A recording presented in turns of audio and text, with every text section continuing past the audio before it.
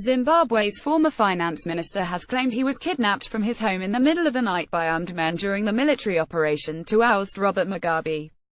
Ignatius Chombo, who was charged on Saturday with corruption including an attempt to defraud the central bank in 2004, told a court that 5 or 6 people stormed his bedroom pointing guns at him, his wife and their maid.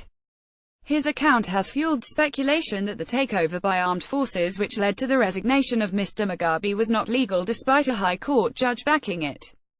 Who is the crocodile? Emmerson Mnangagwa. However, Mr. Chombo and 2 leaders of the ruling ZANU-PF party's youth league who said they were abducted by the military before being handed over days later to the police, described experiences which point to human rights violations. Image President Robert Mugabe and his wife Grace. The 3 men have been linked to a party faction loyal to Mr. Mugabe's wife Grace, who is said to have been preparing to take over the presidency from her husband. "I was in the custody of armed persons who were dressed in soldiers' uniforms," said Mr. Chombo. "I don't know where I was taken to." Analysis: huge challenges facing next leader. New Zimbabwe leader Emmerson Mnangagwa praises Robert Mugabe. In first address said he had been blindfolded with his own t-shirt and taken out of his home through a broken window, sustaining injuries as he fell several times while barefoot. He said he was taken on an hour-long drive to a location where he spent days being interrogated and was told he had performed badly in his role as a government official and ruling party leader.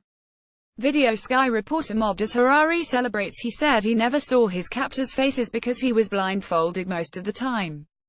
Eventually, his captors drove him home where 2 police cars were parked, waiting to arrest him. They said, "You are under arrest," Mr. Chombo said.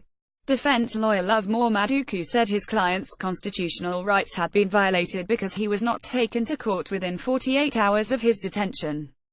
He said it was obvious Mr. Chombo was originally taken by state agents, probably the military. The police arrest, he said, was designed to provide legal cover for an illegal act.